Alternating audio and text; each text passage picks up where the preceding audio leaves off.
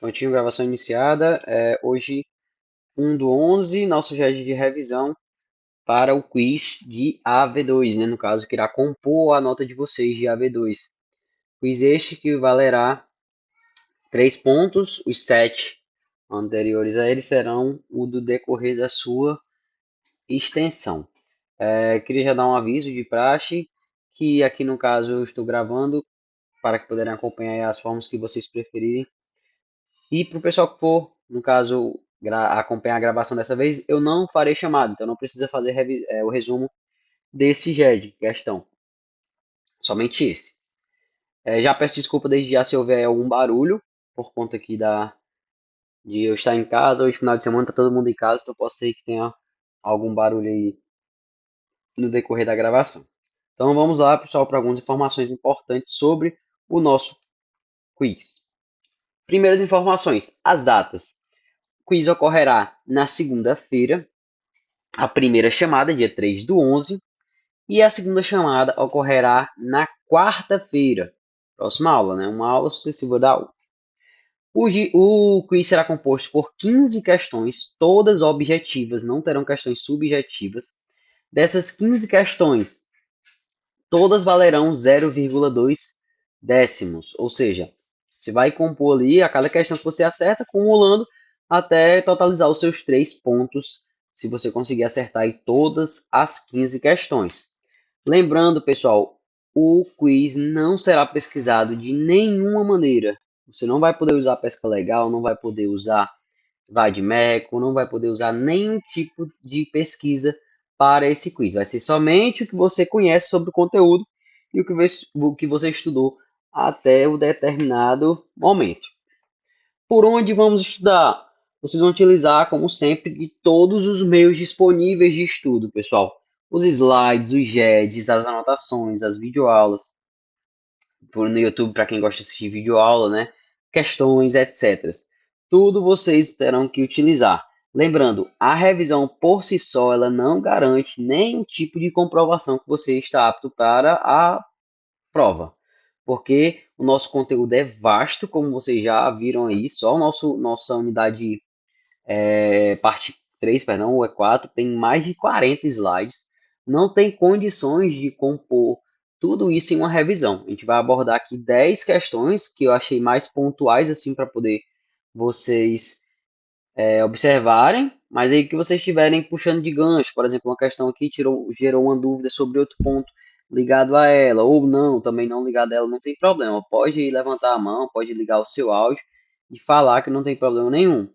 Não fiquem com a dúvida. Mas, de modo geral, não terei como abordar todo o conteúdo aqui porque é humanamente impossível. Então, peço aí que vocês utilizem de demais meios para estudo, que vocês aí consigam se preparar para o nosso quiz. E aqui, no caso, a nossa revisão vai ser no modelo também de AV1. Eu vou aqui disponibilizar as questões, e aí vocês vão respondendo e a gente vai comentando aí no decorrer delas, beleza? Vamos lá. Primeira questão. A Sociedade Empresária Translogística Nacional LTDA atua há anos no ramo de transporte rodoviário de cargas, sendo composta por 3 sócios. Em 2022, após uma reestruturação societária, um dos sócios, Luiz, retirou-se da empresa. 2 anos depois, em 2024, um ex-empregado da empresa, demitido ainda durante a gestão de Luiz, ajuizou uma ação trabalhista cobrando verbas rescisórias não pagas. A ação foi ajuizada em 23 meses após a retirada de Luiz. E o juiz, na sentença, condenou subsidiariamente o ex-sócio com base no artigo 10A da CLT. Contudo, no curso do processo, restou comprovado que a saída de Luiz da sociedade teve como objetivo simular a retirada de patrimônio e blindá-lo de futuras execuções. Diante deste cenário, assinale a alternativa correta. Item A. Luiz não pode ser responsabilizado, pois a ação foi proposta depois do prazo de 2 anos, contados da averbação da sua saída. Item B. Luiz será subsidiariamente responsável, mas apenas se os atuais sócios forem insolventes. Item C. Luiz será solidariamente responsável diante da comprovação de fraude na retirada societária. Item D. A responsabilidade do sócio retirante é excluída se ele não tiver assinado o contrato de trabalho do autor da ação. Alguém aí arrisca alguma alternativa?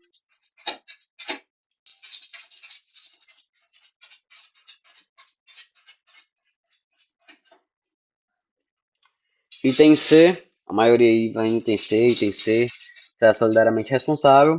Vamos lá, vamos ver aí a resposta. Primeira questão, item C, correto. É isso aí, pessoal. O sócio retirante, via de regra, ele é subsidiariamente responsável por contratos ali que tiveram até o período de 2 anos da data da sua saída. Porém, existe a exceção, que é quando o sócio ele se retirou, figurando ali uma tentativa de fraude, certo? Então, como teve essa tentativa de fraude, não é figurado como uma saída correta. Ele meio ali que tentou burlar, e aí o nosso artigo 10A da CLT vai assegurar que nesse tipo de situação ele faça com que ele seja responsabilizado solidariamente. Logo, a alternativa correta, o item C, e já anula, no caso, o item B, né? Voltei, pessoal. Só ler aqui, teve uma dúvida? Então, se fosse uma saída correta, ele não teria responsabilidade.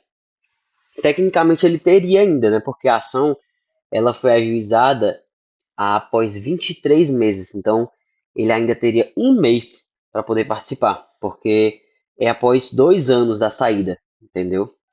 Então a saída dele foi em 2024. A verbada saída dele foi 23 meses após. Então, se ele tivesse ainda que figurado como uma saída convencional, né? Não tendo burlado aí dessa forma que ele burlou, ela seria solidário não, subsidiariamente responsável. Subsidiário, Sheila. No caso, ele primeiro vai ser buscado os outros sócios, entendeu? Primeiro o patrimônio da empresa, depois os sócios atuais, aí depois os sócios retirantes, entendeu? Seria essa linha aí de cobrança. Segunda questão. Pessoal, se vocês tiverem mais dúvidas, podem interromper, beleza? Não tem problema nenhum, não. Segunda questão. Pablo era encarregado de vendas da empresa Alfa Comércio, então solidariamente é só se tiver fraude, exatamente. Solidariamente ele é só se houver fraude. No caso contrário, ele é subsidiariamente. Vamos lá. Pablo era encarregado de vendas da empresa Alfa Comércio Ltda. O mesmo era um funcionário exemplar e dedicado às suas funções dentro do seu cargo. A presidência da sociedade, visando dar oportunidades aos já integrantes da empresa, resolveu promover Pablo a diretor comercial. Promoção essa que lhe rendeu uma gratificação de 70% extra ao seu salário. O cargo em questão também era classificado como de confiança. Após 8 meses, a empresa, insatisfeita com o desempenho de Pablo na função de diretor, resolveu reverter ele ao cargo anteriormente ocupado. Reversão esta que acarretou na perda da sua gratificação. Pablo procura você, como advogado, para saber da licitude da decisão tomada pela empresa. Com base nos dados apresentados, indique a alternativa correta. Item A. O retorno é ilícito, pois viola o princípio da irredutibilidade salarial. Item B. A gratificação só pode ser retirada com autorização sindical. Item C. O cargo que Pablo passou a ocupar era de confiança, razão pela qual se admite a reversão ao cargo anterior, sendo lícita a perda da gratificação de função. Item D. A função de confiança exige um novo contrato escrito. Não permite alterações unilaterais. Alguém aí arrisca? Item D. Item C. Vamos aí. Alguém mais?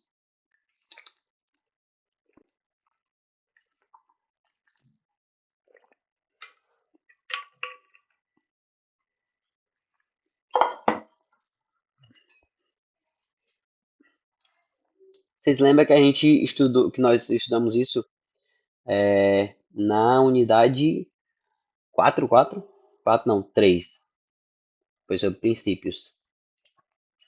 Vocês vão perceber ao longo da unidade 5 que a gente está só meio que revisando, sabe? Que a gente está aprofundando em vários conteúdos que nós já vimos lá no início. Principalmente quando vocês começarem agora a unidade 5, parte 5. Aí ela que vocês vão ver mesmo que é realmente o que vocês já estudaram. A maioria aí foi no item C, não é isso? Vamos ver a alternativa. A alternativa correta, o item C. Exatamente, pessoal. Aqui no caso está dentro daqueles princípios que nós estudamos do jus variandi, entendeu? Que no caso não pode haver ali aí, de acordo com o princípio da redutibilidade salarial, né? Nós não podemos ali reduzir o salário de ninguém, salvo os critérios do jus variandi. E um dos critérios do jus variandi é exatamente a questão do cargo de confiança, porque o cargo de confiança ele não é hoje nem amanhã. Então eu posso confiar hoje na pessoa que está no cargo, amanhã eu já não posso confiar mais. Então a esse tipo de cargo não é vedado que haja ali aquela regressão dele ao cargo anteriormente ocupado, desde que, né, ele realmente seja um cargo de confiança, que não seja ali só uma figuração ali de um cargo para poder ele tentar te rebaixar. Não sendo realmente ali, sendo um cargo de confiança, que ele exerce ali as funções do líder, porque no caso, o cargo de confiança é mais ou menos isso. É quando uma pessoa, um líder, por exemplo, da empresa, ele exerce as funções do proprietário, do próprio empregador.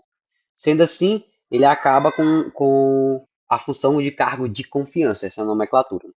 Então, esse caso, que é o caso de Pablo, ele pode sim, ele perdeu ali a sua função de confiança, retroagiu ali ao seu cargo anteriormente ocupado e, consequentemente, sem problema nenhum, perde a gratificação de 70%. Não tem problema nenhum para poder essa gratificação ser retirada de Pablo. Vamos para frente. Terceira questão. Ana Clara é estudante do 5º semestre do curso de Administração em uma instituição de ensino superior reconhecida pelo MEC. Ela iniciou o estágio em uma empresa de logística por meio de um termo de compromisso assinado entre as partes envolvidas, a estagiária, a empresa e a instituição de ensino. O estágio foi inicialmente regular, com supervisão adequada e jornada compatível com a carga horária do curso. Contudo, após 2 meses, Ana Clara passou a exercer atividades meramente operacionais e repetitivas, alheias à sua formação acadêmica, como controle de estoque, lançamento de notas fiscais e atendimento de clientes no balcão da empresa. Não havia mais supervisão efetiva, nem a entrega de relatórios e atividades à instituição de ensino. A jornada era frequentemente extrapolada, superando 6 horas diárias, e a empresa passou a exigir assiduidade compatível com a de um empregado regular. Diante desse cenário, Ana Clara procurou orientação jurídica quanto à possibilidade de reconhecimento de vínculo empregatício e a descaracterização do estágio. Com base na legislação vigente e na jurisprudência aplicável, assinale a alternativa correta. Item A. Ainda que as atividades não estejam relacionadas à área de formação, não há vínculo de emprego se houver termo de compromisso assinado. Item B. O estágio não pode gerar vínculo empregatício em nenhuma hipótese, pois está regulado por legislação própria. Item C. A ausência de supervisão acadêmica ou de realização de atividades praticadas não vinculadas ao curso descaracterizam por si só o estágio. Item D. O cumprimento dos requisitos legais como supervisão, adequação pedagógica e jornada compatível pode descaracterizar o estágio e gerar um reconhecimento de vínculo empregatício. Quais as alternativas aí? Vamos ver se tem um show completo. É isso aí, né, Sheila? Ou seja, tem que aí ver se tem um show completo. Mas no caso aí do estagiário sempre tem aquele questionamento, né? Quando a gente começa a estudar a questão dos elementos fáticos jurídicos e jurídicos formais, a gente acaba percebendo que até no estágio tem um show completo. Mas a questão é que realmente o, o estágio, né? Ele tem um intuito ali da complementação do seu estudo, da prática do que você estuda na teoria, né? Que é dentro das universidades. Ou seja, o item correto é o item D. O estagiário, no caso, nesse caso, se tornou um empregado seletista convencional, que no caso ele vai ter ali que entrar com a ação judicial pedindo reconhecimento de vínculo na Justiça do Trabalho para que ele seja reconhecido como empregado convencional. Por quê? Porque ele perdeu ali a figura do estágio. Ele perdeu a supervisão efetiva, que era, no caso, ela é um objeto, vocês veem lá na lei de estágio, que é necessário para que seja configurado o estágio, essa supervisão, até porque o intuito, como eu falei, é de prosseguir ali com o seu estudo, com a prática do seu estudo. Se você não tem supervisão, acaba caindo nesse feito aí da Ana Clara. Você é utilizado como funcionário convencional e perde o intuito do que realmente é o estágio. Então, no caso, a alternativa correta é a alternativa D. Assim, pessoal, como outros vínculos também, beleza? Se isso perguntar na prova para vocês, não tem problema nenhum que, por exemplo, o cara seja um empregado autônomo e aí do nada ele firma ali um contrato com uma empresa para prestar um serviço de natureza autônoma, beleza? Porém, aí, no caso, no decorrer do andamento, ele percebe que ele está sob subordinação, entendeu? Que ele está exercendo funções que o seu empregador manda, que ele determina, e aí acaba que ele enseja uma ação judicial pedindo reconhecimento de vínculo. Para tudo vale isso, pessoal. Para o funcionário ali, o avulso, entendeu? Para o funcionário, avulso não, perdão, eventual, funcionário eventual, para o funcionário ali, o autônomo, entendeu? Para o jovem aprendiz no caso não, perdão, jovem aprendiz eu já entrei na outra unidade, vocês vão estudar mais afim. Mas tipo assim, todos esses aí que são relações de trabalho que nós objetivamos lá, como é o caso do estágio, como é o caso do eventual, como é o caso do autônomo, se eles perceberem que eles estão ali dentro do shopping, eles iniciaram não dentro do shopping, mas depois se encaixaram dentro do shopping, eles podem sim entrar com ação judicial solicitando reconhecimento de vínculo, sem problema algum, pessoal. Vamos lá. Quarta questão. Patrícia foi contratada para trabalhar na residência de uma família como cuidadora de uma idosa com mobilidade reduzida. Sua jornada era de segunda a sábado, das 8 às 18, com intervalo de 1 hora para a refeição. Após 6 meses de trabalho contínuo, sem registro na carteira de trabalho, a relação foi encerrada verbalmente, sem o pagamento de verbas rescisórias. Patrícia procurou orientação jurídica, alegando ser empregada doméstica e reivindicando o reconhecimento do vínculo, pagamento de férias, 13º salário, FGTS e horas extras por labor eventual aos domingos. O contratante, por sua vez, argumenta que não havia obrigação de registro formal porque a atividade da cuidadora teria caráter afetivo e assistencial, e que ela ajudava como membro da família. Considerando o ordenamento jurídico brasileiro, especialmente a Lei Complementar 150 de 2015, que regulamenta os direitos dos empregados domésticos, assinale a alternativa correta. Item A. Cuidadores de idosos não são considerados empregados domésticos, pois por prestarem assistência de natureza pessoal e afetiva. O vínculo do empregado doméstico exige, além da prestação contínua e onerosa, vínculo afetivo com o núcleo familiar. Item C. O cuidador de idoso pode ser enquadrado como empregado doméstico, desde que preenchidos os requisitos legais, como pessoalidade, habitualidade, subordinação e prestação de serviços no âmbito residencial e sem finalidade lucrativa. Item D. A ausência de registro em carteira de pagamento. Em carteira e o pagamento formal descaracterizam o vínculo, tornando a relação de trabalho nula. A maioria já votaram C. Item C. Isso aí, galera. Vamos lá. Alternativa item C. Ixi, o gabarito ficou sequencial, não foi, nem percebi. O cuidado de idoso pode ser enquadrado como um empregado doméstico desde que preenchidos os requisitos legais, como pessoalidade, habitualidade, subordinação e prestação de serviços no âmbito residencial e sem finalidade lucrativa. Procedimentar sem finalidade lucrativa. Ah, Sara, seguinte, sem finalidade lucrativa. Ele, no caso, é um ponto extra do chopp, né? Até comentei quando a gente foi falar sobre o empregado doméstico, que o chopp, eles são aqueles 5 elementos, né? Mas, tecnicamente, o chopp do empregado doméstico tem que ter o sexto. Por quê? Porque você vê ali que ele trabalha em ambiente doméstico, beleza?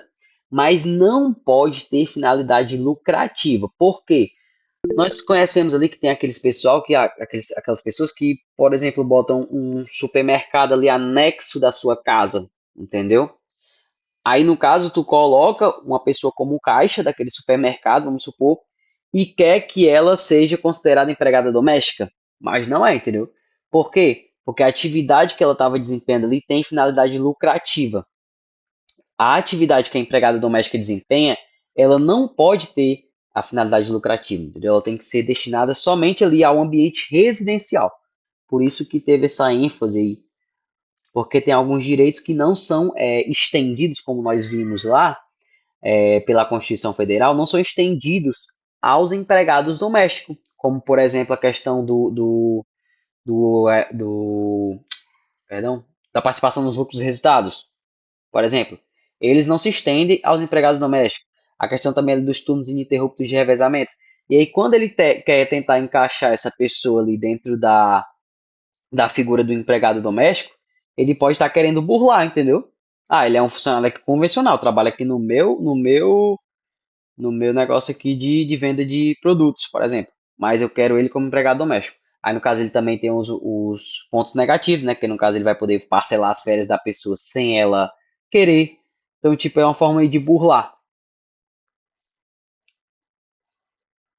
A Sheila falou que é quando a pessoa trabalha em local que não gera lucros para o empreendedor. Exatamente, não pode ter essa finalidade lucrativa de forma alguma.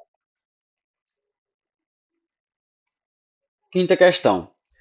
Júlia foi contratada em 2022 como analista de marketing por uma empresa com sede em Belo Horizonte, para trabalhar exclusivamente em regime de teletrabalho, conforme expressamente previsto em seu contrato de trabalho, conforme previsto em seu contrato de trabalho.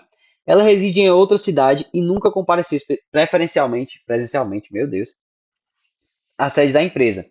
Em 2025, a empregadora notificou a Júlia de que, por decisão gerencial, o regime de teletrabalho seria encerrado e todos os empregados passariam a cumprir jornada presencial a partir do mês seguinte, exigindo sua presença diária no escritório.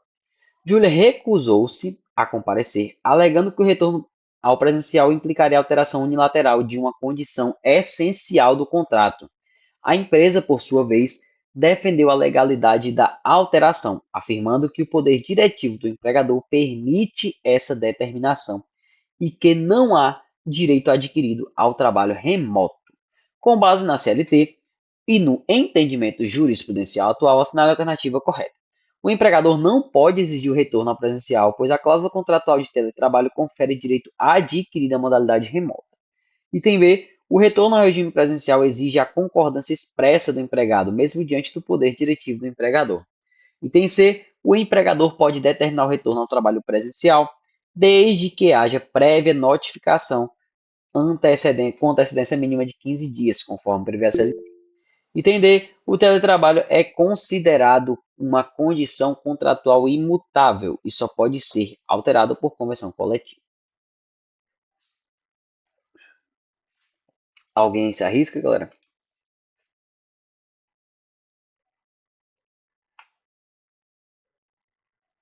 Item C, queria muito que fosse A, mas aí tem C. Seria um sonho, viu? Item C, rapaz, acho que eu nem me toquei na hora que eu fui botar o gabarito. Coloquei o gabarito quase todas as mesmas alternativas. Quinta questão na mesma alternativa. Item C, pessoal. No caso, o um gabarito desse, né? Pior que eu não mudo, viu? Tipo, já fui fazer várias provas que o gabarito é muito, muito, tipo assim, muita letra repetitiva. Mas eu não mudo, não, porque vai que realmente é isso. Aí não arrisco, não. Mas aí tem C mesmo, pessoal. Por que que não é o item A nem o item B? Vocês lembram que lá na questão inicial, lá do, acho que é Raul, não sei, que era cargo de confiança, eu falei do jus variandi, né? A mesma coisa se aplica aqui, pessoal. Jus variandi é uma das qualidades do empregador que ele pode determinar o retorno do modo remoto para o presencial. Lembrando que ele não pode fazer o inverso, entendeu? Para poder fazer o inverso, ele precisa ali ter que ter uma previsão no contrato concordando expressamente com o funcionário, mútuo acordo. Para poder você entrar no regime remoto, ele precisa da concordância do funcionário, mas para ele retornar, ele não precisa. Ele simplesmente precisa respeitar um ponto. que é esse período aí prévio de 15 dias. Por quê? Porque quando você trabalha em regime remoto, você não precisa estar necessariamente na sua residência. Você pode simplesmente viajar e estar em outro país, ali estar em outro estado, exercendo sua atividade sem problema nenhum.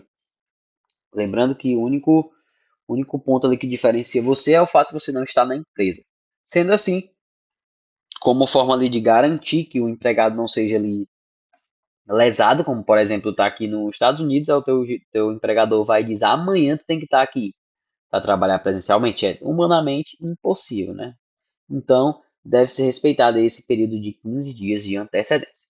Respeitou o período, totalmente legal o empregador lhe determinar que você retorne à qualidade de empregado presencial. Alguém tem alguma dúvida sobre esse ponto, galera? Isso aqui tem muita cara de prova da língua, porque é muito. Que é um detalhe bem específico de você lembrar.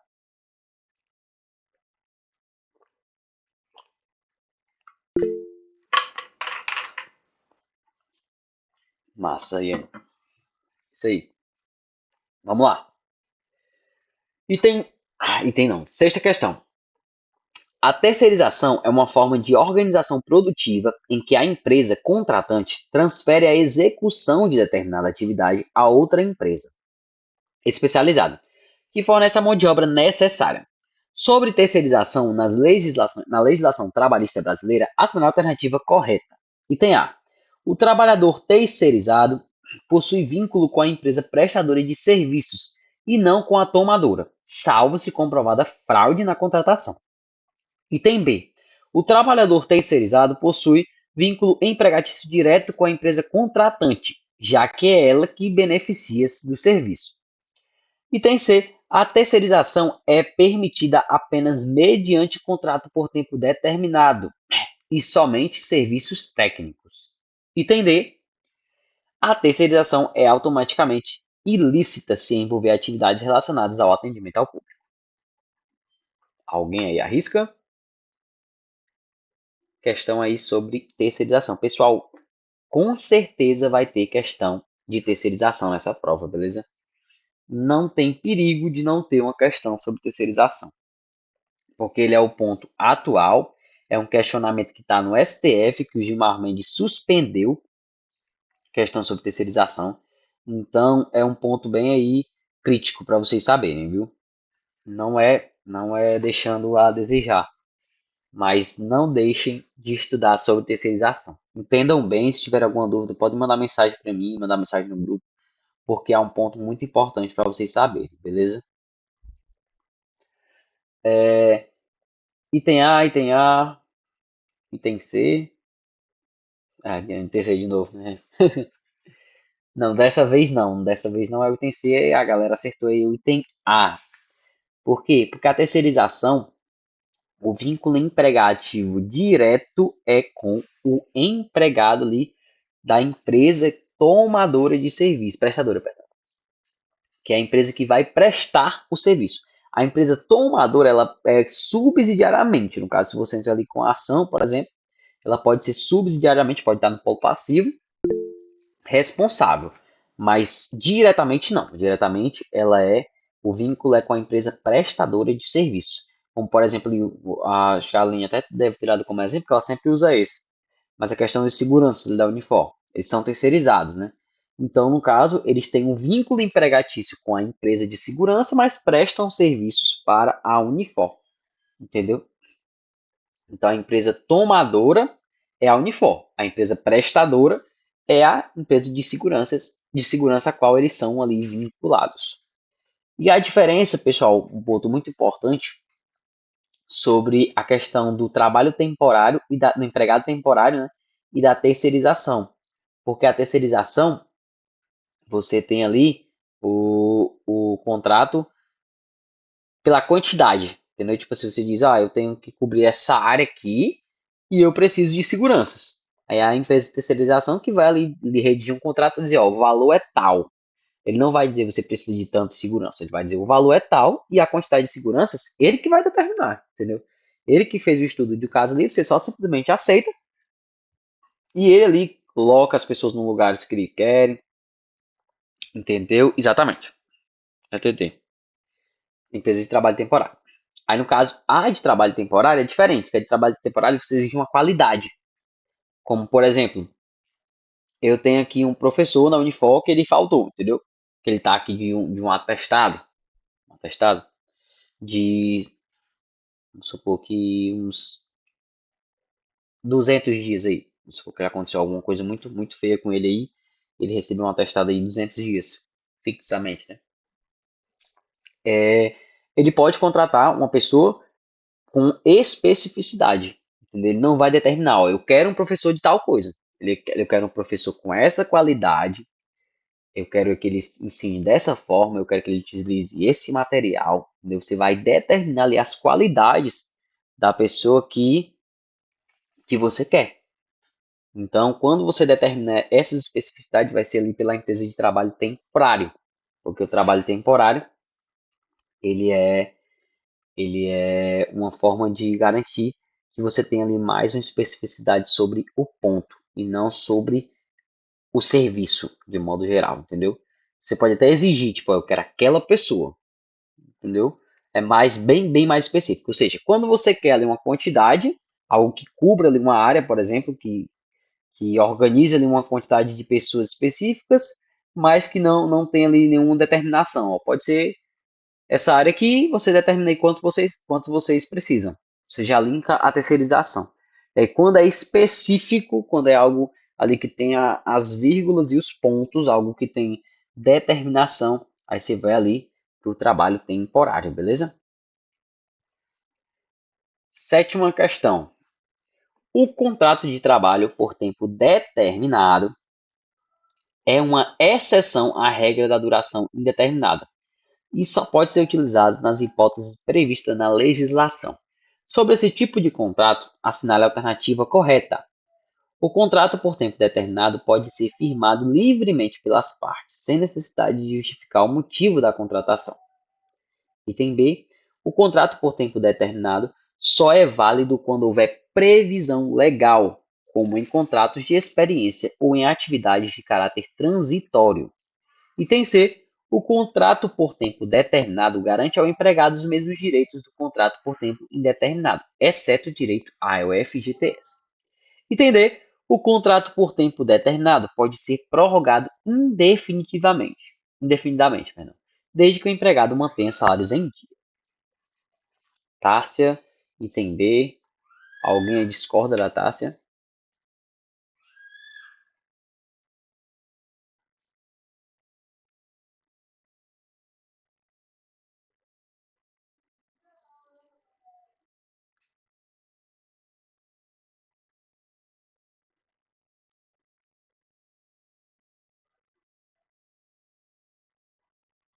Me parece correto. Item B também. Alguém discorda aí da Tárcia, da Sara, da Iane?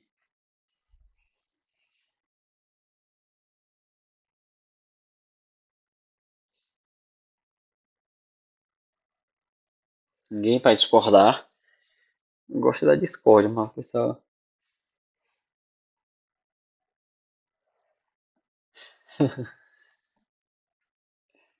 É, vamos lá, galera. Vamos aqui tentar entender aqui item por item. É um ponto bem importante. Aqui nós estamos falando de contrato por tempo determinado, né? Aquele contrato ali que só tem três hipóteses que estão previstas na nossa nota de aula. Só são três hipóteses que pode, que é a empresa de caráter transitório, serviço de caráter transitório e o contrato de experiência. Só são essas três possibilidades, restritos, entendeu? De forma bem minuciosa ali. Não pode fugir daqueles ali para não ser por tempo indeterminado. Ou seja, o que resta para a gente aí, que é a alternativa B. Por quê? O contrato por tempo determinado, sendo uma daquelas três hipóteses, em caso caráter transitório ou em caso de empresa de caráter transitório, atividade ou empresa de caráter transitório, são 2 anos de contrato. Ou seja, você tem que ter. Exatamente, já tem essa questão também da contratação por via direta e por via indireta. No caso, quando via direta, quando ocorre ali diretamente pela empresa, ou então envio direto quando ocorre ali por a empresa, uma ETT. Então, essa questão, olha, perdão, quando ocorre por terceirização de uma empresa de contratação. Mas essa questão é muito importante vocês saberem diferenciar. Eu acho que tem até um quadrinho, não sei se a Aline colocou o quadrinho, mas eu vou colocar nos slides que eu tenho. Eu vou colocar um quadrinho disponível. Vou até abrir ele aqui para mostrar para vocês, para ficar mais interativo aqui.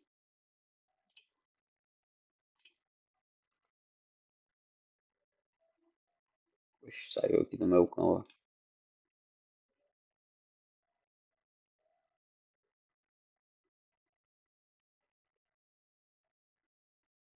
Só abrindo aqui, pessoal.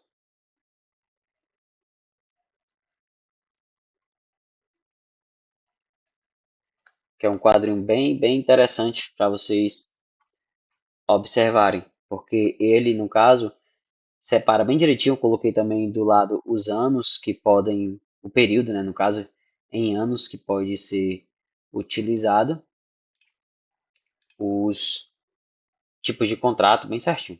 Deixa eu abrir aqui para vocês.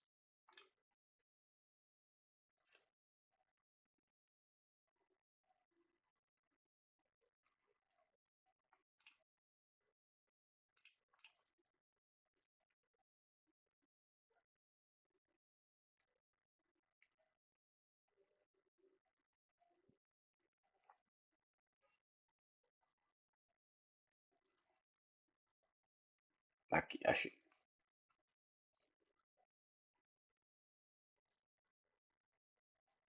Só alterar aqui, ó.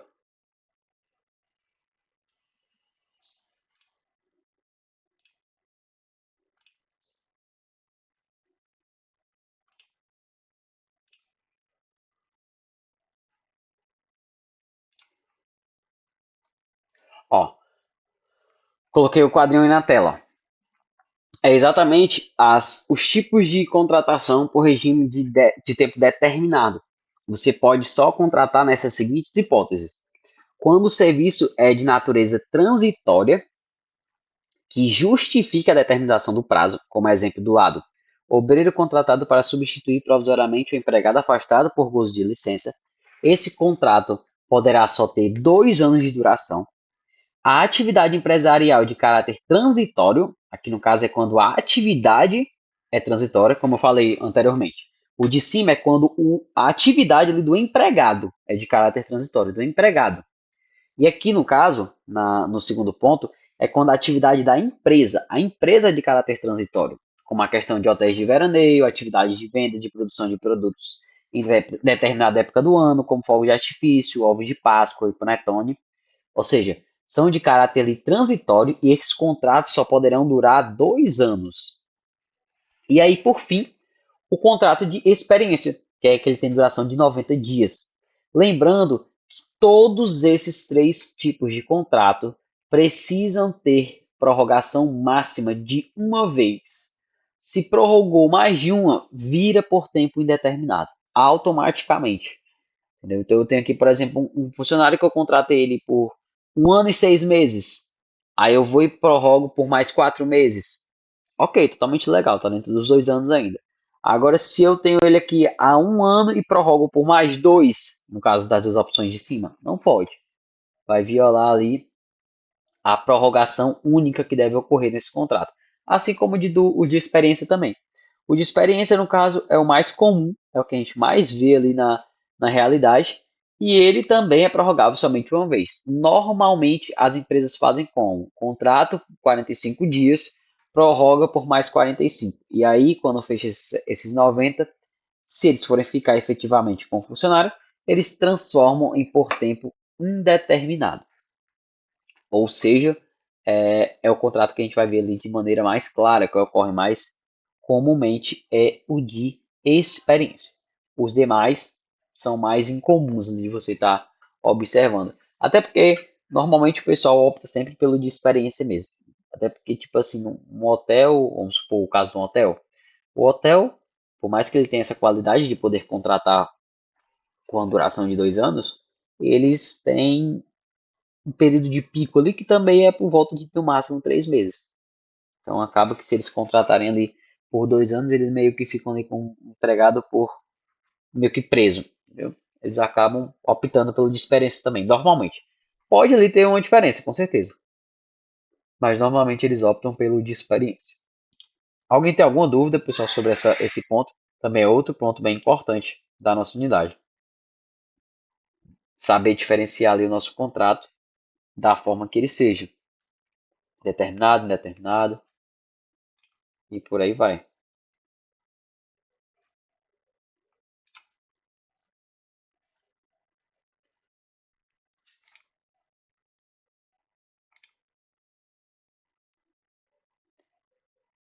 Vamos para a próxima questão. Oitava questão. Vocês estão conseguindo me ouvir, pessoal?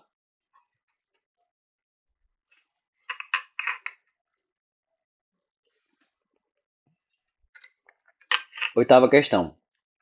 A empresa Recruta RH Ltda contratou João como trabalhador temporário e colocou à disposição da empresa contratante Logitrans SA para atender ao aumento extraordinário de serviço durante o período de festas de fim de ano.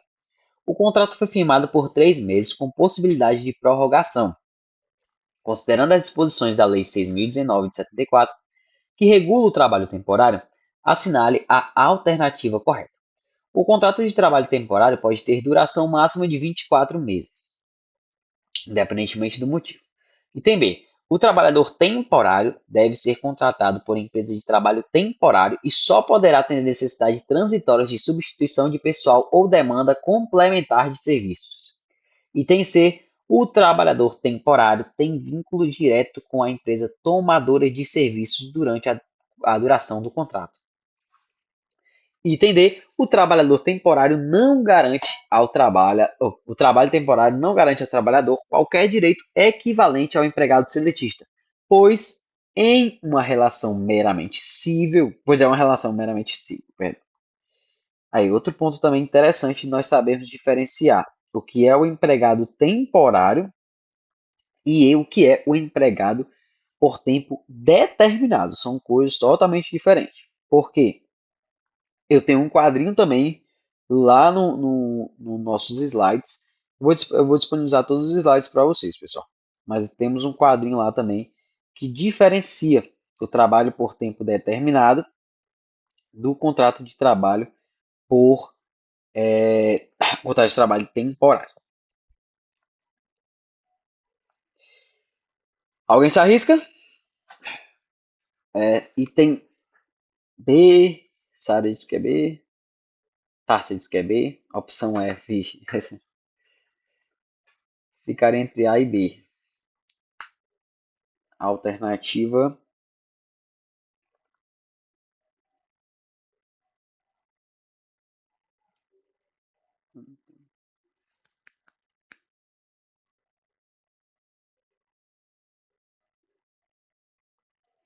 Vamos lá, galera. Tá chutando aí. Vamos lá, alternativa B. A alternativa B, pessoal, é essa aí mesmo. Lembrando, galera, que é um ponto muito, muito chave mesmo para vocês diferenciarem o que é o contrato por tempo determinado e o que é o contrato por contrato de regime temporário. O contrato de regime temporário é regido por uma lei própria, que é a Lei 6.019 de 74. Essa lei, ela determina que o contrato temporário, diferente dos contratos, dessas três opções que eu botei o quadrinho agora, diferente delas, ele vai ser ali contratado por uma empresa de trabalho temporária chamada ETT, que foi até quem, acho que foi a Tássia que exemplificou aqui sobre a ETT. Foi? Não, foi a Sara. Por tempo determinado seria a ETT, que foi a Sara que perguntou. Exatamente. A ETT ela é pelo regime de trabalho temporário, é diferente do determinado. Determinado essas três opções que eu falei agora: caráter transitório do serviço, empresa com catividade transitória e contrato de experiência. Esses três são as opções previstas na CLT, entendeu? Tá, essa é a diferença da questão anterior, essa modalidade pela via indireta. com prazo de 180 dias e prorrogáveis. Exatamente, porque a via indireta é, no caso, a empresa de ter regime temporário. E essa empresa de regime temporário, ela não vai ter ali algumas limitações que tem dentro da atividade desempenhada pelos cargos de determinado pela CLT, como, por exemplo, a prorrogação. O regime temporário, ele não tem ali um limite mínimo de prorrogação. Ele deve ser respeitado o limite máximo, que é o caso 180 dias, mais os 90 dias, que são o limite de prorrogação de tempo. Ou seja, somando os dois ali, nós temos ali 270 dias. 280, perdão. 70 dias, tá? 270 dias. Ou seja, tecnicamente, nós observamos ali que o limite máximo é 270 dias. Sendo que eu posso prorrogar ali, estabelecer por 10, 30 dias, por exemplo, depois eu prorrogo por mais 30, desde que eu tenha ali esse limite máximo de dias consecutivos, beleza? Não pode interromper, eu não posso tipo ter, vou contratar tu aqui por 30 dias e tu passa mais 30 em casa, depois tu volta mais 30 e seja o mesmo tipo de contrato. Um contrato só ele tem que ter ali os dias consecutivos, os dias contínuos. Logo, a gente tem ali essa figura de contratação, que é o regime de caráter temporário, regido pela Lei 6.019 de 74. Outro ponto interessante que diferencia da CLT dos regimes determinados, o lapso temporal. Quando você tem um contrato por tempo determinado pela CLT, aquelas três opções, caráter transitório e de natureza de experiência, por exemplo, você tem que ter 6 meses entre um contrato e outro. Já que na empresa de trabalho temporário, você só precisa ter 90 dias. Não precisa desse período todo, desses 6 meses que exige a CLT que tenha no contrato convencional. Só colocar o computador aqui para carregar.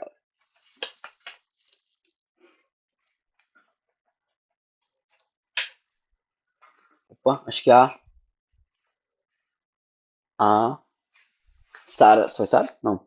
Botou uma pergunta aqui, a Sheila. Trabalho por tempo determinado, CLT, direto com o trabalhador. Trabalho tempo determinado em contrato pode ser prorrogado até não querer mais. Oi? Não entendi a tua pergunta, Sheila. Deixa eu ler aqui de novo. Tipo, é determinado no contrato, né? Ah, Mas se quiserem renovar, pode, né? Então, tá falando de qual? Da ETT ou do, do segundo, do tempo determinado. por tempo determinado? No caso, pela CLT, é isso? Sim. Pronto, pela CLT ele só pode ser prorrogado uma única vez. Então, se tu tem ali, por exemplo, o contrato de experiência, tu contrata ele por 45 dias, tu pode renovar por mais 45. É limitado a esse período, entendeu? A esses 90 dias e a uma prorrogação. Se tu limita ali e tá dentro da prorrogação, pode, não tem problema nenhum. Agora, se tu, por exemplo, já trabalhou 60 dias, tu quer prorrogar por mais 40, não pode. Só pode mais 30. Só pode até fechar os 90. Ultrapassou esse limite, não é permitido.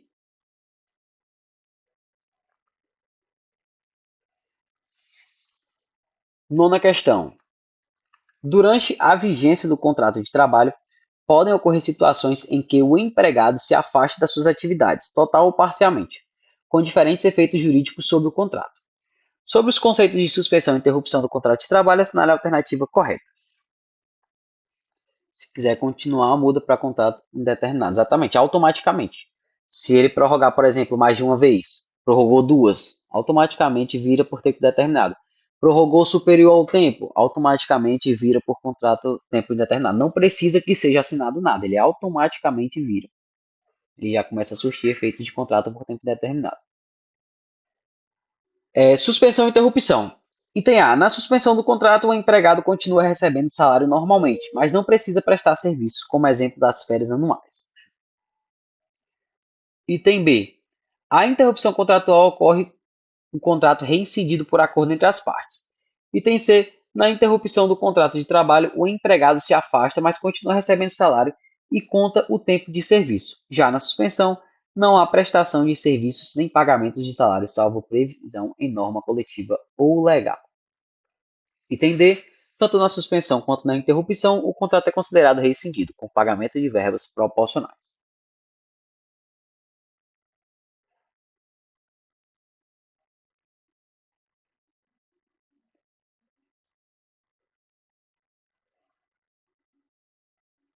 Alguém aí se arrisca? Tem C, C.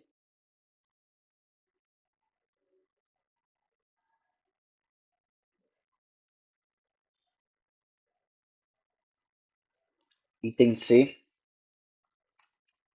Item C, alternativa correta. Aqui no caso a gente abordou já quando a gente tratou sobre a questão lá dos DSRs, das faltas justificadas. A suspensão e a interrupção são exemplos claros aí desses tópicos. Quando ocorre uma suspensão, o contrato de trabalho ele não surte efeitos, o empregado não trabalha, ele não recebe, não é contado o FGTS, nem tempo de serviço. Já na interrupção, ocorre todos esses pontos e o funcionário não está presente. Ocorre com a contabilidade de tempo de serviço, ele recebe o salário dele sem problemas, porém, ele não está ali fisicamente presente na empresa exercendo a sua atividade.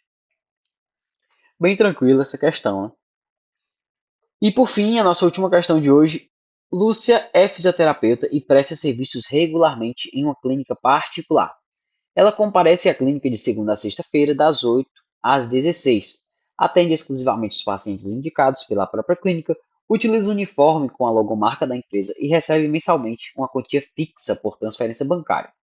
Embora tenha assinado o contrato de prestação de serviços como profissional autônoma, Lúcia deve seguir as orientações da direção clínica, que controla os horários e a conduta dos atendimentos. Além disso, não pode prestar serviços a outras clínicas ou realizar atendimentos particulares, conforme cláusula contratual.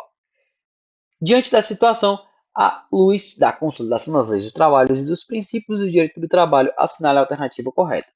Item A, como há contrato escrito de prestação de serviço, presume-se a inexistência de vínculo empregatício. Item B, a exclusividade contratual por si só não descaracteriza a autonomia, desde que haja pagamento por tarefa executada. Item C, apesar da formalização autônoma, a existência da subordinação, habitualidade, pessoalidade e onerosidade permite o reconhecimento do vínculo empregatício. Item D, a formalização do contrato como autônomo com pagamento mensal garante a plena liberdade de organização do trabalho e afasta qualquer possibilidade de vínculo, perdão. Nosso querido C. Né, na verdade, viu? Cara, eu vou até trocar isso aí nas próximas, viu? Porque não é possível. Tem só se der essas alternativas de item C. Mais uma vez aí, nosso item C presente na nossa resposta. Mas é isso, como eu falei, pessoal, do antigo, antiga não, na questão recente aí, da empregada lá que era estagiária. Pode sim reconhecimento de vínculo totalmente, desde que respeite ali o chope. O chope completo, não tem problema nenhum em impedir um reconhecimento de vínculo, pois a atividade que você está desempenhando é uma atividade claramente de caráter empregatício. Ou seja, às vezes a gente tem empregadores que tentam ali dançar nas brechas da legislação. Eu acho que tem até um artigo, acho que é o 442B. Teve até uma pessoa que me perguntou hoje, não sei se foi a Sara, no privado, sobre esse item, essa lei, né? Perdão, esse artigo da lei, que fala sobre a questão do trabalhador autônomo. Mas é vedado que haja, né, um reconhecimento de vínculo se não existir subordinação jurídica. Vamos, por exemplo, aqui o caso de Lúcia. Se não tivesse subordinação, se tivesse assim uma ela, ok, Lúcia deve seguir as orientações da direção clínica. Ou seja, se ela segue a orientação da direção clínica, ela tem que seguir, ó, controla horários e condutas de atendimento. Ou seja, é subordinação, pessoal. Ela está sendo subordinada. A empresa está dizendo como ela deve trabalhar, como ela deve se organizar em horários, a conduta como ela deve estar dentro da empresa. Ou seja, isso é subordinação. Ela era, em tese, um empregado autônomo, mas se tornou um empregado seletista. Então, ela enseja ali o reconhecimento de vínculo, ingressa com a ação de reconhecimento de vínculo na Justiça do Trabalho, e aí tem, consequentemente, seu vínculo reconhecido. O pessoal ficou alguma dúvida sobre alguma questão, sobre algum ponto? Como eu falei, não dá para a gente abordar aqui nem pelo menos 50% do nosso conteúdo, porque é muito extenso. Então acaba que não dá, é impossível que a gente aborde todo o conteúdo. Mas eu tentei pegar as questões mais pontuais, pontos que são recentes, né? Mas é bem interessante vocês derem uma lida no material da professora. Vou disponibilizar os slides também para poder vocês observarem lá, se vocês conseguirem. E utilize também as suas anotações. Eu sei que na hora ali a professora dá uma dica, algo do tipo, vocês anotam. E é bem interessante para poder você abordar. Sim, Anne, eu vou disponibilizar, viu? Porque eu acabei não conseguindo, fiquei doente esse final de semana, tô ficando direto doente. Aí acabei não conseguindo gravar, mas eu vou pegar o material que eu tenho do ano passado, ainda é totalmente válido, não teve nenhuma atualização assim pertinente. Do ano passado não, né? Do primeiro semestre, perdão. Eu sempre acabo lembrando que a gente está no começo do ano, tá no final. Então, eu vou colocar ali a gravação da unidade parte 4 e parte 3, beleza? Que foi as que ficaram pendentes pra gente. Essas questões vão ser colocadas agora, Renato. Vou já colocar elas no anexo, só não vou colocar a gravação em si hoje, porque tive alguns tópicos aqui que eu vou ter que cortar da gravação. Mas acho que até no máximo amanhã eu tô colocando de manhã a gravação já, viu? Mas as questões eu vou anexar agora. Valeu, pessoal. Até a próxima aí. E desculpem qualquer coisa, qualquer barulho que tenha atrapalhado vocês.